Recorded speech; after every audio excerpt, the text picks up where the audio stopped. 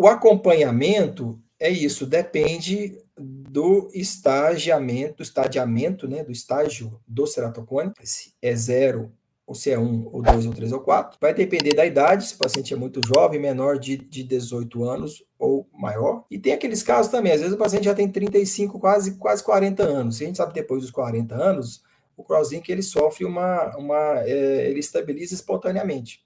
Então, pacientes que está chegando ali nos 40 anos, que tem uma visão até boa, melhor do que 20 40 com a correção, às vezes você não faz nada, só acompanha.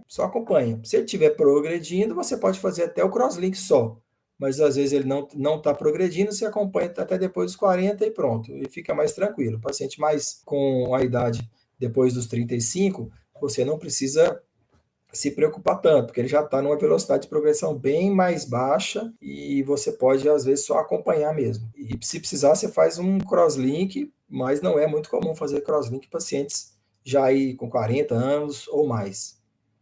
É mais em pacientes jovens, né? Muito jovens que você tem que... inclusive o crosslink, ele é mais eficaz realmente nos pacientes mais jovens. Quanto mais jovem você indicar e fazer o crosslink, ele é um procedimento mais eficaz, dura até mais tempo no paciente mais jovem. No paciente que já está crosslinkando naturalmente, não. Aí às vezes não tem muita indicação. O acompanhamento, realmente o diagnóstico é só o começo, porque você vai pegar aquele paciente jovem na primeira década de vida e vai com ele até os 40 anos. Então esse tratamento, esse acompanhamento, esse segmento junto com o seu paciente é muito importante, tem que manter uma relação médico-paciente muito estreita, com muita confiança, para você acompanhar o seu paciente de maneira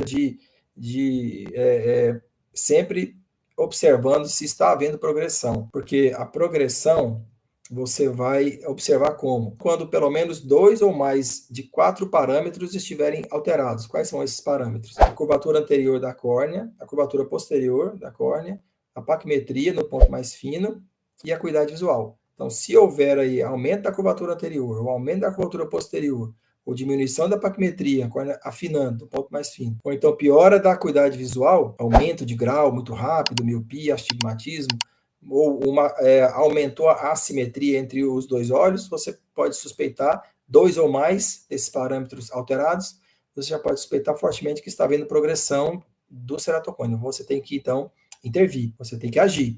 Você tem que fazer, no caso, um crosslink, ou dependendo se a visão piorou muito, é pior que 20/40 20/40 com correção para longe, já indicar a combinação de anel e de crosslink durante esse acompanhamento. Então, o acompanhamento do paciente com ceratocone, ele é muito dinâmico. Você tem que ir analisando tudo durante o tempo, de 6 em 6 meses, ou menos até, para você decidir se você vai mudar a sua conduta ou não, que tem que ser bastante dinâmico com relação, porque o ceratocone é uma doença que muda muito, é o que pode evoluir rápido. Então é importante você orientar o paciente de não coçar, só essa orientação, se o paciente parar de coçar os olhos e você tratar, usar colírios e orientar, ele já tem um ganho muito grande, que vai tirar pelo menos esse fator de risco, vai ficar só o fator de risco aí genético, que esse não tem como você mexer. E aí você pode ir acompanhando com o exame de Pentacam, que é o exame que te dá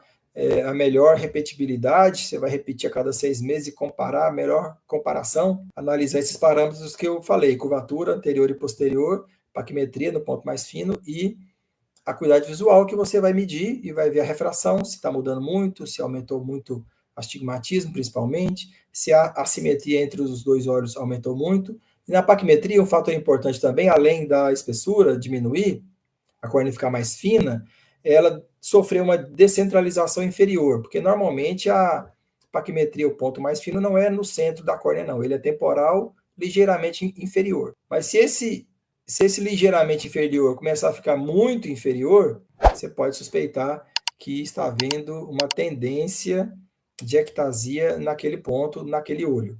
Também te ajuda na questão da avaliação de progressão.